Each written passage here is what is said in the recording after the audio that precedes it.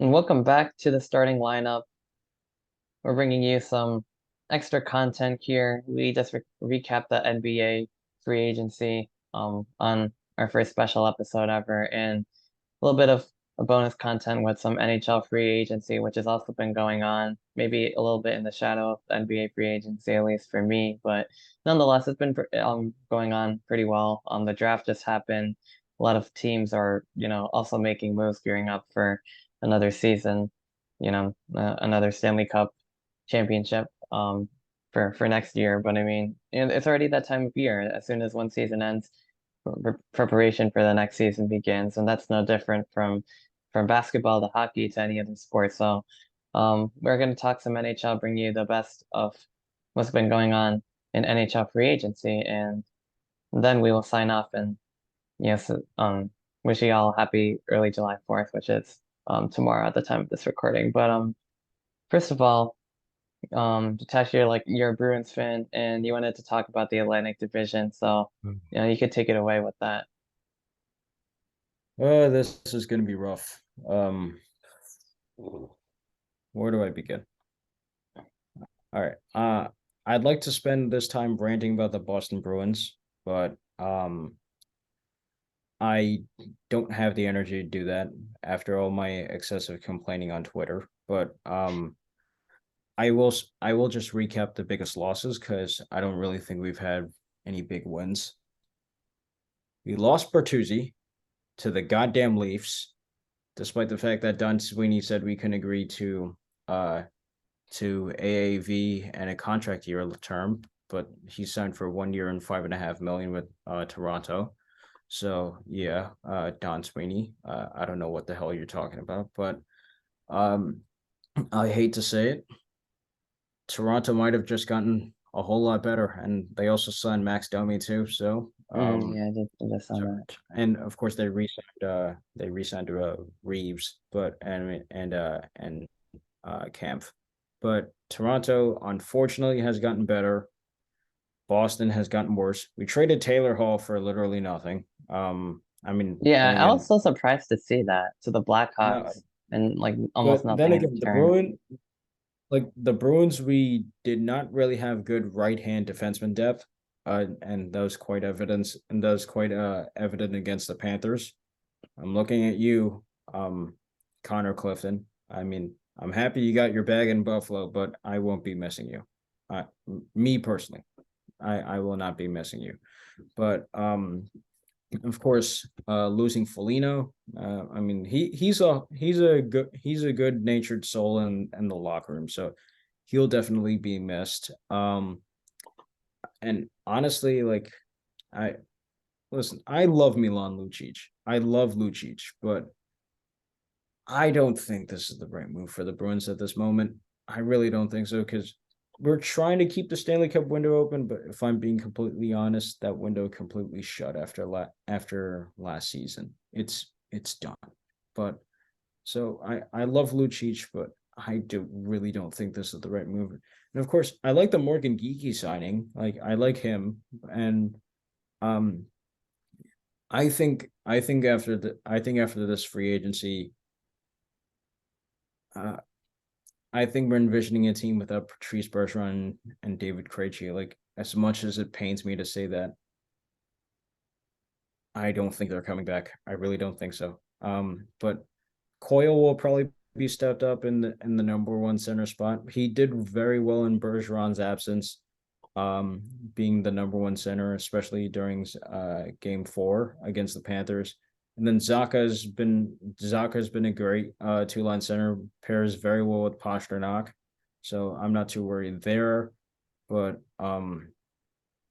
I don't know. Like the Bruins have had a couple good signings. I'm not gonna dispute that. I mean, like good value signings. Like although I don't know if James Van Riemsdyk is like the best option for that. Like I mean he's a solid player, but and same with Lucic if we're talking about 10 years ago. But uh and Morgan Geeky I like though. So that's one thing with the Bruins, but I don't know. I'm not expecting much from this season. Maybe at best 100-point season, and that itself might be a bit generous.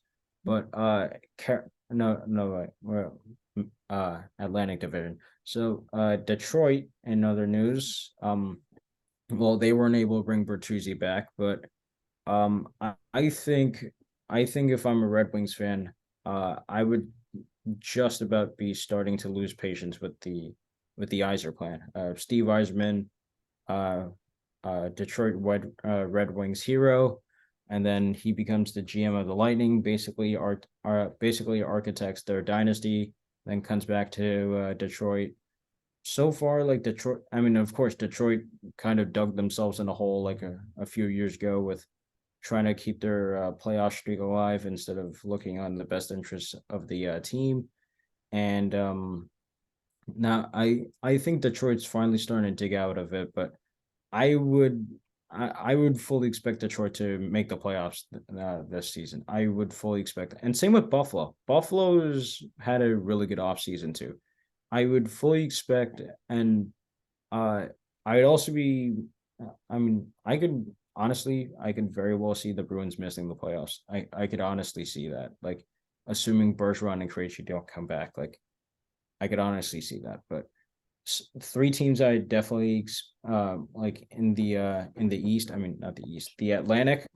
I definitely expect to make playoff pushes, if not be in the playoffs. Would be Detroit, Buffalo, and Ottawa.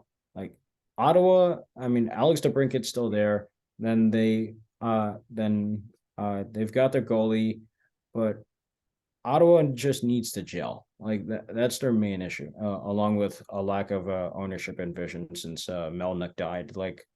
Um, the Ottawa Senators, like their ownership schedule right now, it's a bit tumultuous and quite confusing. So I'm not exactly sure what to think of Ottawa right now, but I guess like that's and of course, let's talk about Arnav's favorite team. Where we'll pivot to the Metro in a bit. But I will say like the thing that I find interesting, again about the Bruins, and I hope this will be the last time I talk about them in this episode because I really don't want to talk about them anymore. Um, we gave up all our draft capital, sacrificed everything in the cat space to make this giant push for the Stanley Cup. And of course, Chicago had to ruin it with that goal against with that win against Pittsburgh. I don't know why Chicago you had to do that. Why? And then get the Panthers in the playoffs. So if I needed another reason to hate Chicago, and if I needed another reason to hate the Blackhawks, it's that. But well, we traded our 23 first round pick and our 24 first round pick for a combination of Garnet Hathaway, Dmitry Orlov, and Tyler Bertuzzi. And guess what? None of those guys are returning to the Boston Bruins, and they don't have a first round pick till 2025. And it's absolutely infuriating and disappointing and heartbreaking as a fan. So, you know what? Enough talking about the Atlantics. That's still going to piss me off. So, let's talk about something a little less aggravating: the Metropolitan Division. Carolina.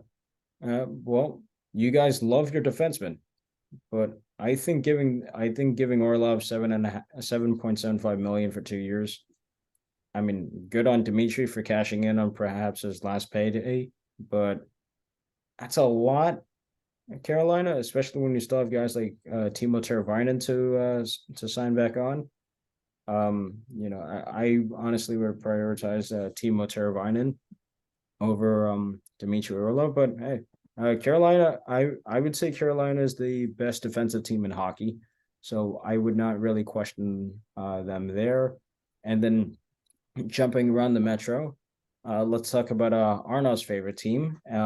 And I would definitely say the Devils have asserted. I mean, all of last season, well, except for the start of the season, the Devils were a top 10 team. Like that wasn't a question. And then to close out the regular season, they definitely, I would say, made a top 5 push. But after their moves so far within the draft and free agency, I would definitely say the Devils pushed themselves as a top 5 team. I mean, trading Sarangovich and then getting back Tyler Toffoli, great move for the Devils. I really Mm. like the move. Of course, bringing back Timo Meyer for 8 years and then extending Jesper Bratt. Um, Excellent moves by the Devils. Excellent moves. You got a great coach in Lindy Ruff. You got a young, thirsty, like bloodhound in Jack Hughes. Then you got Heischer. You got Bratt. You got Dawson Mercer, and somehow you're able to trade away Mackenzie Blackwood for a sixth with the San Jose Sharks, but the Sharks cut Blackwood, so Oh. I don't understand that move. But Huh. and of course, That's a Vitek good. Vanacek. Yeah. Vanacek is a solid goalie. So Mm. so I definitely think the Devils have pushed themselves into top 5, into a top 5 team. Like I like the sound of that. Yeah, and I so if agree I was with that. Yeah, I like a lot of these moves too. if I was the Meyer, Devils, Brett, I mean, I wonder why you're Toffoli. agreeing it. You're only a Devils fan, Well, yeah. Hmm. but I really like the position of the Devils so far. I really do, and I think like they need to win at least one Stanley Cup by 2026. This core has Stanley Cup aspirations, Stanley Cup potential, and if they don't win one by 2026, it'll be quite weird and a very big missed opportunity. And speaking of missed opportunities, let's talk about the New York Rangers because let's Yeah. be honest. The Rangers were supposed to be the superior team in the first round, but the Devil said, screw you. So the Rangers, they've definitely like getting Blake Wheeler, the Winnipeg Jets captain, as a for 800K. That might be the steal of free agency market. That just might be the steal. And that's more depth, that's more playoff experience, and that's dependability added to the Rangers. And this is perhaps the most awkward move that the Rangers have made. They signed Jonathan Quick. And it's not awkward as in Quick is like 40 years old and can't really do much at goalie. It's awkward in the sense that because I don't know how to explain. As a sports fan, it feels weird to sign the guy who pretty much single-handedly decimated your team's playoff hopes. Like, That was like and 10 then you years bring him ago, back for but the next season. uh, Like, yeah. how do I put it? Like, imagine, like, I don't know, because like the Rangers lost to the Devils in the first round. Now, imagine if and of course, the Rangers have spent like the entire regular season in the first round just like taking a giant piss all over Jack Hughes. Imagine if the Rangers signed Jack Hughes. Like, wouldn't that just be extremely weird? I mean, of course, then all of a sudden Rangers fans would love Jack Hughes, but that'd be just awkward for both sides and probably more infuriating for you, I assume. But Yeah. yeah. So yeah, the I see what you Rangers. mean, but like, I mean, it was like a lot longer ago where, I mean, that's Yeah, where's he last? He was on the Jackets right after like years of being with the Kings, and then he went to the night. who's on the No, he went to Jackets? Vegas right, after that, right? Or Well, oh yeah, well no, the trade he was got to the traded to Jackets, and then he Columbus. went to Vegas, yeah, and he won the cup last year. Yeah, That's what it yeah. was. He was on the Columbus Blue Jackets for a grand total of like 8 seconds. But Yeah, yeah. So I would definitely say that's an intriguing move for it's the Rangers, interesting. and Definitely very interesting. another intriguing move that hasn't happened so far. Vladimir Tarasenko, like he hasn't been signed yet by anyone, and he's a free agent. Same with Patrick Kane. Mm. I mean, definitely something to watch out right there. But we will see what happens in that regards. And of course, Philadelphia. Well, this is jumping back to the East. I mean, to the Atlantic. They're able to poach Garnett Hathaway. So great to see the Bruins trade again for no reason. And then, of course, the Penguins have improved with getting Nola Chari and then Lars Ellers. And then I think another team that has asserted themselves back into top five talking with free agency. I mean, now I guess we can talk about other teams, and of course, the Lightning losing Corey Perry. I mean, I've always hated Corey Perry, so I speak with a biased opinion. And they lost Alex Killorn. That's a big one, Tampa Bay, and so but I think Tampa Bay should still be around for like another year or two before they fully collapse. I mean, as long as you have Nikita Kucherov, Steven Stamkos, Braden Point, and Andre Vasilevsky, I still think Tampa Bay is going to be a pretty good team. And then speaking of Florida teams, the Florida Panthers, they lost Radko Gudas to the Ducks, and they traded Anthony Duclair to the Sharks. So, I mean, Florida, the pieces are still there for the most part. So I wouldn't worry about them all that much. And they signed Evan Rodriguez from Colorado. Uh, and going back to the top five teams in Colorado, Colorado's certainly made a bonanza of moves to keep that Stanley Cup window open. And of course, it's really unfortunate that their captain, Gabriel Landeskog, is probably going to miss next season as well because of, I think it was a knee cartilage replacement or something like that. That sounds quite painful. But so that's a bit unfortunate. And aside from that, like I guess that's, I mean, I know Colorado's not in the metro, but just wanted to bring that one up. I I think that's all like we can cover from the east side, and then going to the west. Uh, I would say like the biggest move so far, and this one was a bit of a shock to me. The Nashville Predators signing Ryan O'Reilly. I I don't know if anyone saw that happening because Ryan O'Reilly, I mean, he's a good piece. Nashville, I don't know whether to place them in playoff contender or not. Like they seem to be just in the middle of that, just like Calgary. But Nashville made that move, and it's certainly going to be intriguing.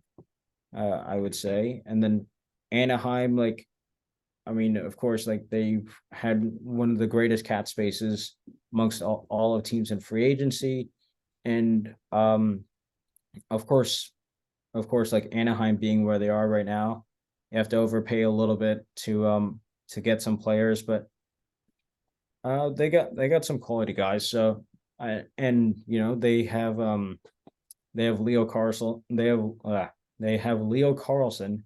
They drafted second. So Anaheim, I would expect them to be, yeah, I would expect them to be researching in a couple of years. And then the LA Kings, perhaps the biggest story of the trade deadline. I mean, not the trade deadline, free agency. With the sign and trade for Pierre-Luc Dubois and I see this more as a win for Winnipeg. I think the Kings gave up a little too much. Like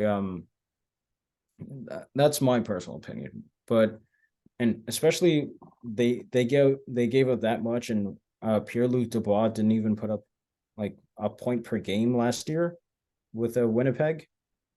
I definitely think um I definitely think Winnipeg won that trade, but speaking of Winnipeg, I think they will be self-destructing in a bit because they've already lost Blake Wheeler, and it's only going to be a matter of time before they lose Mark Scheifele, before they lose Kyle Connor, and especially their golden goose Connor Hellebuck. Like it's only going to be a matter of time before those guys want out. So I think Winnipeg needs to realize their window is officially shut. Just cut their losses, trade those guys. And I mean, let's see.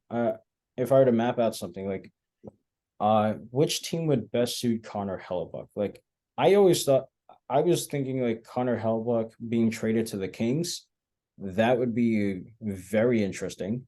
But seeing as the Kings have already signed and traded for another Winnipeg Jet, I don't think they'd be doing that again. But um I think this would be interesting. Dallas trades for Winnipeg for Connor Hellebuck. I think that would be. I mean, Jake Ottinger, he's got his good moments, and he certainly had his bad moments. We were able to see that against Vegas in the conference finals. Um, and Scott Wedgwood is a reliable backup, but I mean, come on, who are you gonna pick? Connor Hellebuck or Jake Ottinger? Connor Hellebuck. It's not really close. So I think that would be a very interesting move. Or I hell, I could even see New Jersey trying to trade for Connor Hellebuck. Yeah, I've I seen think some talk about that too. yeah, I think that would be a very perplexing move. For the league, not for New Jersey, because and then I think Vanacek, like when he's with the Capitals, he had great moments when being a backup. Like so I think and Vanacek is definitely reliable. Don't get me wrong there, but come on, you would take Connor Hellebuck over Vitek Vanacek, wouldn't you? Yeah, I think I would. It was interesting because Vanchek was like more reliable and solid during the regular season. Then in the playoffs, I think Kira Schmid was like the better goalie. So kind of interesting how that changed. That would be like solid if we could also have a goalie like Hellebuck from the Jets. But the question is, what would be your trade package? I mean, I'd assume you wouldn't be Yeah. eager to give up Vanacek because we don't really Mm, have goalie depth because right. Blackwood's been Blackwood's traded. gone. Yeah. So Mm, I don't so know. Again, I don't want to lose too much of the core here. You know what I mean? But like this. I wouldn't trade Vanacek, but I would say the hmm, if a trade package were to be made, I mean, the first piece I'd be willing to give up would be Eric Holla. That'd be the first piece I'd be willing to give up, and then Jack Hughes. I'm just Mm. joking, I but was like about to say, yeah. yeah, but Eric Holla would be the first. I'd say Eric Maybe like Luke Holla. Hughes or something like that. That would be like interesting because he's Yeah, like Eric Holla a first and Luke young Schmid. draft capital, Um, some picks. yeah, a first, a third, Holla, and then who else? Because I feel like something's being a bit incomplete. I mean, you're definitely not trading Heischer. Like, let's be real Mm-mm. there. That's definitely not happening. Um, and of course, you're not trading that Timo Meyer guy, especially if you just No, signed him. Um, hmm, not Brad. Yeah, Luke Hughes would be an I don't interesting know. one, I think, actually, because like I mean, I'm sure I know the Devils like they really want to have him and stuff like that, and Oh, but he's young. I mean, he's proven himself like in college, and yeah, like I said, the Devils do really want him, but I mean, like he's like a young player who could provide a lot of upside, but he hasn't yet, so it's like the team wouldn't really be losing too much, but they could also include him to get a better deal for a goalie like that. Like that could be yeah. Well, like I really like sways the trade, I guess, but. I don't know. If it was like Paula Luke Hughes and luckily two I'm not. picks or something, that would be interesting. Well, luckily I'm not New Jersey's GM, so I don't have to decide about this. But Yeah. speaking of speaking of goalies, I mean, it could be argued that um, um, that Hullebuck, if that trade were to actually happen, would not be the best goaltender within the New York City metropolitan area, because Ilya Sorokin, Vezina finalist with the New York Hmm. Islanders, he Yeah, got his pay, I 8 years, saw 66 million, well deserved. that. Good job, buddy. And of course, they brought a re-signed Varlamov for 4 years. So Islanders have their 1 and 2 punch goaltenders for at least the next 4 years, because that's how long Varlamov's contract is. Um, so, but the thing that's a bit confusing about me for the Islanders is that they haven't really signed any wingers or centers. So that's a bit surprising to me. I mean, the Islanders are a defensive oriented team, so uh, like that's how they were able to steal 2 games against Carolina last year in the first round. So um, you know, good move. I mean, I don't see the Islanders signing Vladimir Tarasenko. I definitely do not see that happening. But hey, it's hockey. Anything could happen. Anything could. True. Yeah. Like I Yeah, said, and yeah. yeah, but wait, what Yeah. are you saying? Oh, You cut off.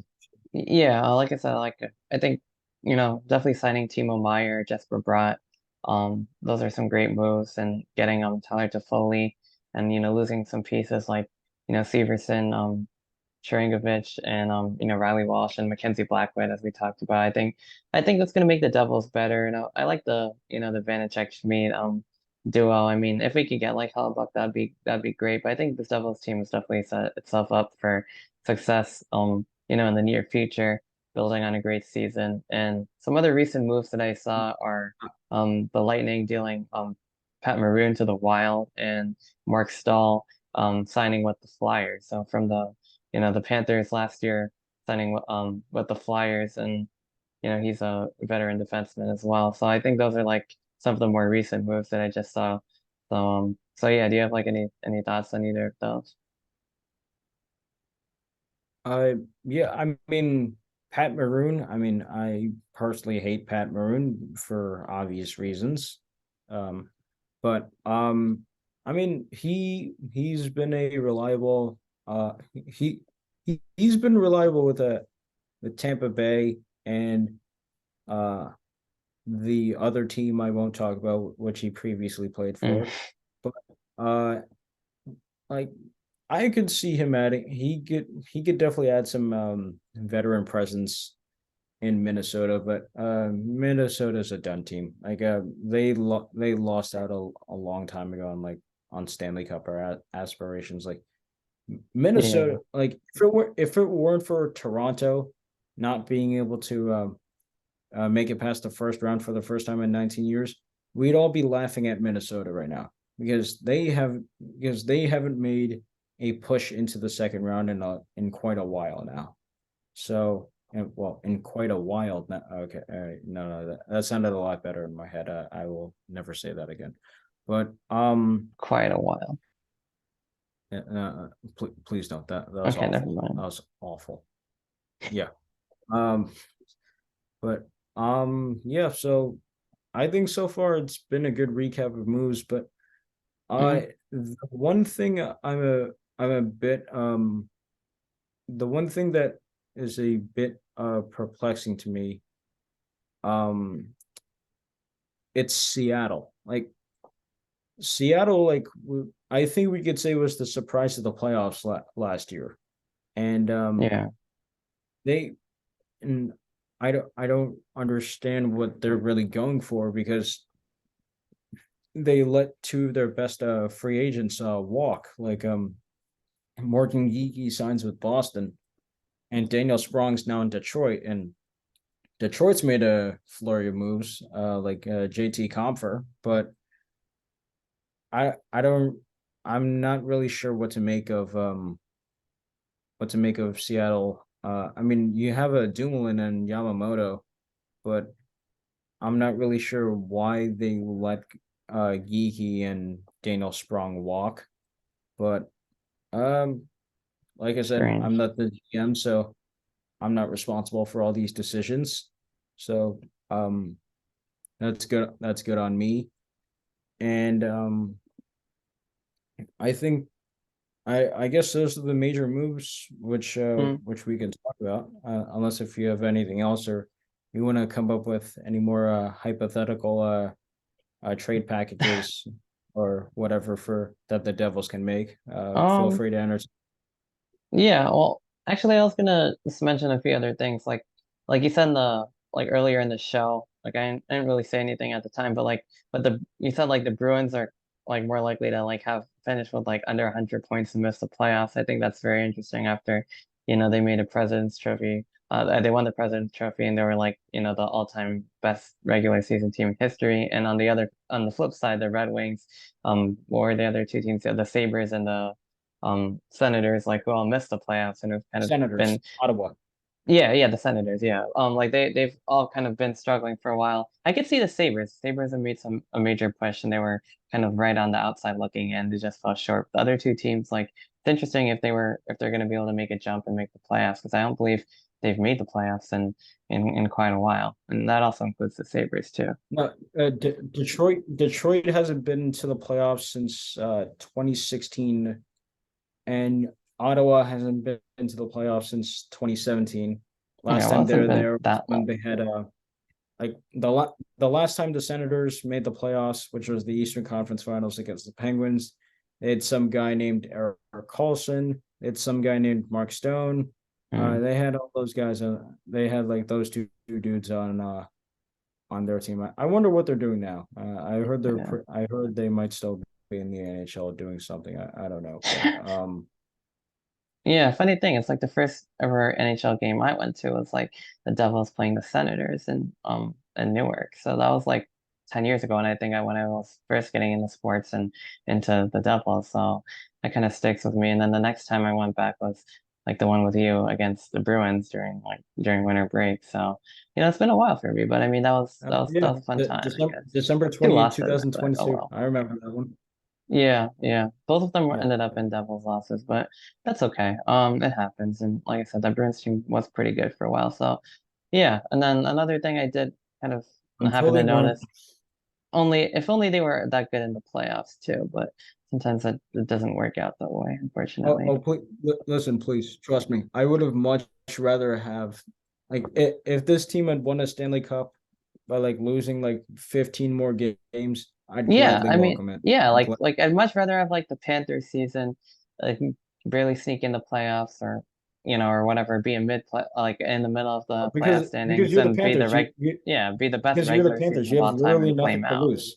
Exactly.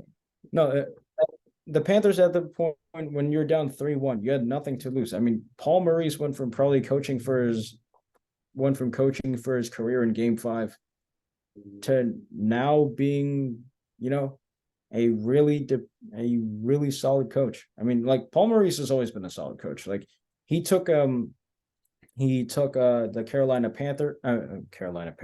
Carolina Hurricanes to the Stanley Cup Finals in '02, where they got trounced by the Red Wings. So, and of course, who was Carolina's captain at the time? Some guy named Rod Brindamore. Hmm. And what's he doing right now? Coach of the Carolina Hurricanes. And who did Paul Maurice beat to get to the Stanley Cup Finals? His old his old you know his Coach. old player, I mean, Rod yeah, Brindamore. his own player, yeah.